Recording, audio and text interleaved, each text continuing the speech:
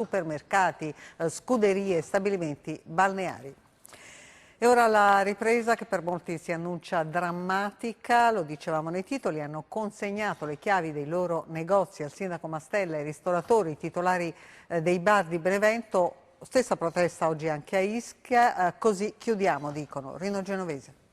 Queste sono 84 chiavi di ristoranti e bar di Benevento e della provincia che noi stiamo consegnando al sindaco Mastella. Siete nel rispetto delle norme anticontagio soltanto una rappresentanza di 84 esercenti, un gesto simbolico per una categoria ormai in ginocchio. Noi rappresentiamo un gruppo di circa 150 colleghi di tutta la provincia di Benevento e siamo praticamente, consegniamo nelle mani del sindaco quella che è la vita di circa 500 persone in questo momento. Il Covid, avete detto, sta facendo più danni del terremoto e dell'alluvione messi insieme.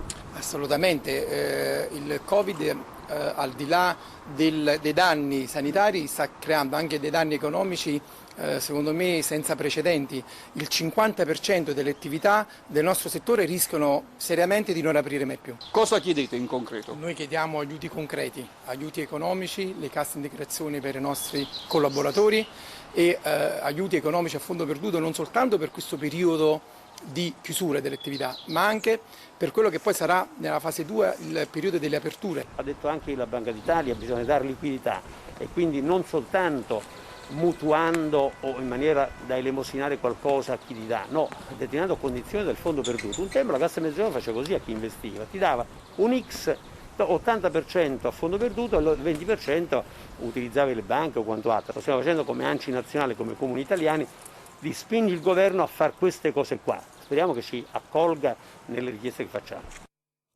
Nel Sannio si registrano 4 nuovi casi di positività, ma diminuiscono i ricoveri. 17 sono i pazienti all'ospedale San Pio, uno solo in terapia intensiva, 3 i dimessi.